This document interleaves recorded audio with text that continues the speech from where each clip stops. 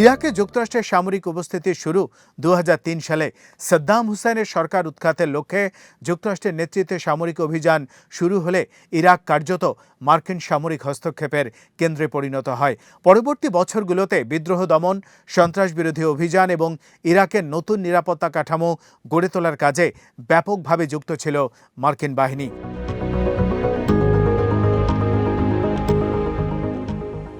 2007 সালে ইরাকে মার্কিন সেনার সংখ্যা এক পর্যায়ে 1,70,000 ছাড়িয়ে যায়। তবে দীর্ঘ যুদ্ধ, ব্যাপক প্রাণহানি ও রাজনৈতিক চাপের পর 2011 সালের ডিসেম্বরে যুক্তরাষ্ট্র তার শেষ যুদ্ধ সেনাদের ইরাক থেকে প্রত্যাহার করে। কিন্তু মার্কিন সেনাদের এই বিদায় স্থায়ী হয়নি। 2014 সালে আইএস ইরাক ও সিরিয়ার বিস্তীর্ণ অঞ্চল দখল করে নিলে বাগদাদের অনুরোধে যুক্তরাষ্ট্র আবার ইরাকে সেনা পাঠায়। এবার ওয়াশিংটনের ঘোষিত লক্ষ্য ছিল সাদ্দাম সরকার উৎখাত নয়, বরং আইএসকে পরাজিত করা এবং ইরাকি নিরাপত্তা বাহিনীকে প্রশিক্ষণ ও সহায়তা দেয়া।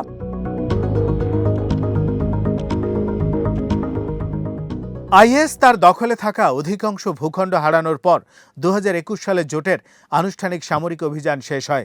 এরপরও ইরাকে প্রায় 2500 মার্কিন সেনা থেকে যায়। তাদের প্রধান দায়িত্ব ছিল ইরাকি বাহিনীকে প্রশিক্ষণ দেয়া এবং আইএস বিরোধী অভিযানে সহায়তা করা।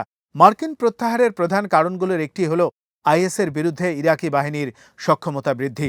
ওয়াশিংটনের বক্তব্য অনুযায়ী যুক্তরাষ্ট্র, ইরাক ও জোটভুক্ত দেশগুলো আইএসের বিরুদ্ধে উল্লেখযোগ্য সাফল্য অর্জন করেছে।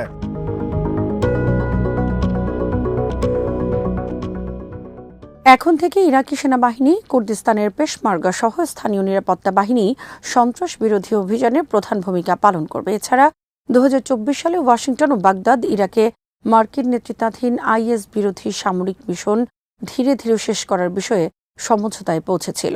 সেই সিদ্ধান্তের ধারাবাহিকতাতেই এখন চূড়ান্ত প্রত্যাহার বাস্তবায়িত হচ্ছে। তবে এর পেছনে শুধু সামরিক প্রয়োজনীয়তা নয়, ইরাকের সার্বভৌমত্বের প্রশ্ন গুরুত্বপূর্ণ। বাগদাদ দীর্ঘদিন ধরে বিদেশি সেনা উপস্থিতির অবসানকে নিজেদের রাষ্ট্রীয় কর্তৃত্ব পুনঃপ্রতিষ্ঠার অংশ হিসেবে দেখছে।